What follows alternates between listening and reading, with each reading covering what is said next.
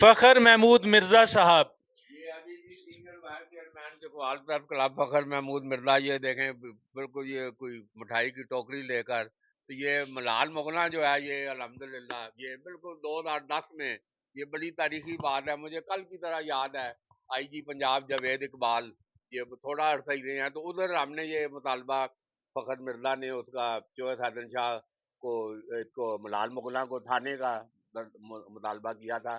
تو وہ 16 سال ادھر جی ادھر کاغذ لگے رہے ہیں جی. وہ کئی دفعہ ادھر کوئی جو آیا ڈی سی تو بہرحال یہ بالکل یہ جو جس نے حصہ ڈالا ہے اس کو اکنالج کرنا چاہیے. تو یہ کاشف الفقار یہ ڈی پی او جب یہ پہلی ملاقات ادھر پولیس لائن میں تو ادھر بھی وہ پتہ نہیں ان کو بات کیسے وہ کہتے ہیں نا دل میں اتر گئی.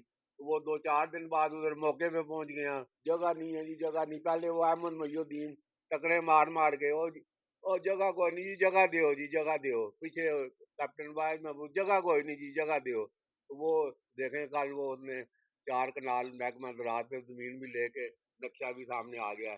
تو فخر مرزا صاحب کی 16 سال کی یہ جدوجہد جو ہے نا یہ ادھر ہوئی ہے. تو یہ پریس کلب نے بھی بڑی آواز اٹھائی ہے.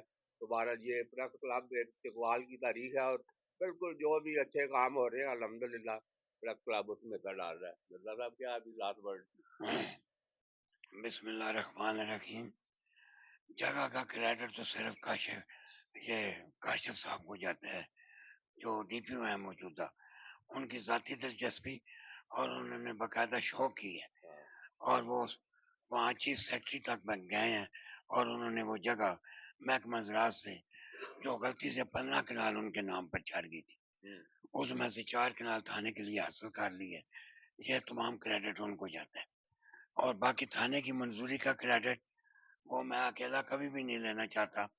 اس میں میری پوری ٹیم خواجہ بابر سلیم کی سرکردگی میں اور ذوالفقار میر کی ہمراہی میں تمام لوگوں کی یکساں جدوجہد تھی. جب آئی جی جاوید اقبال صاحب یہ سول ریسٹ ہاؤس چکوال میں آئے تھے تو میں پریس کلب کے دوستوں کا خصوصی شکریہ ادا کرتا ہوں جنہوں نے میرے قصبہ ملال مغلاں کو اس کا ایک جائز حق دلوایا ہے. مہاراج جی انشاءاللہ یہ ابتدا بھی ہوگا اور یہ پریس کلب انشاءاللہ اپنا کر ڈالے گا. بہت بہت شکریہ جی. بہت بہت مبارک ہو جناب والا محترم. آپ چیمپئن ہیں، آپ وکیل ہیں. السلام علیکم.